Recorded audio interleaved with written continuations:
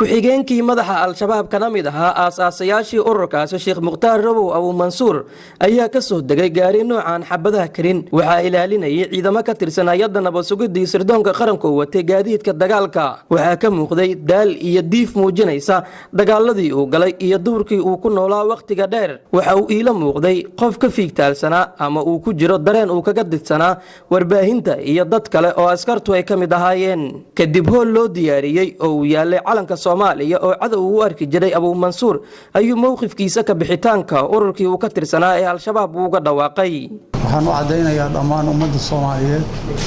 caalamka oo dhan qodobadan soo socda kow inaan ka baxay ururka xibanimadii aan ka ahaa ururka al-shabaab muddo laga joogo 5 sano iyo 7 bilood sababta aan uga baxayna ay tahay kala duwanaan fahan iyo khilaaf aqiido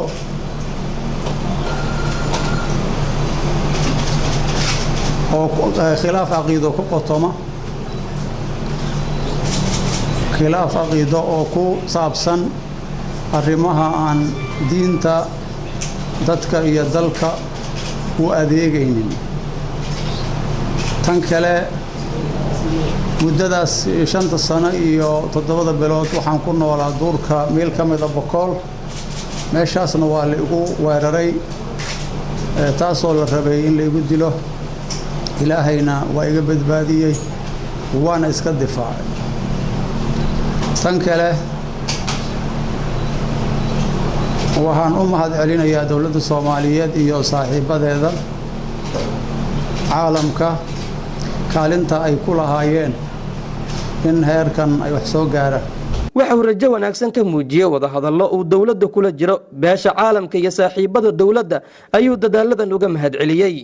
waxaan cadeynayaa in uu wada hadallo noo socdo dawladda federaalka Soomaaliya oo aan marti u ahay magaalada Muqdisho wada hadalkaasna aan ka filayo natiijo isfahan waxgal noqdo insha Allah ta'ala qodobka ugu dambeeyo waxaan mar kale ama mar labaad u mahad celinayaa dawladda Soomaaliyeed shacabkeeda iyo madaxdeeda sida diiran ee la igu soo dhaweeyay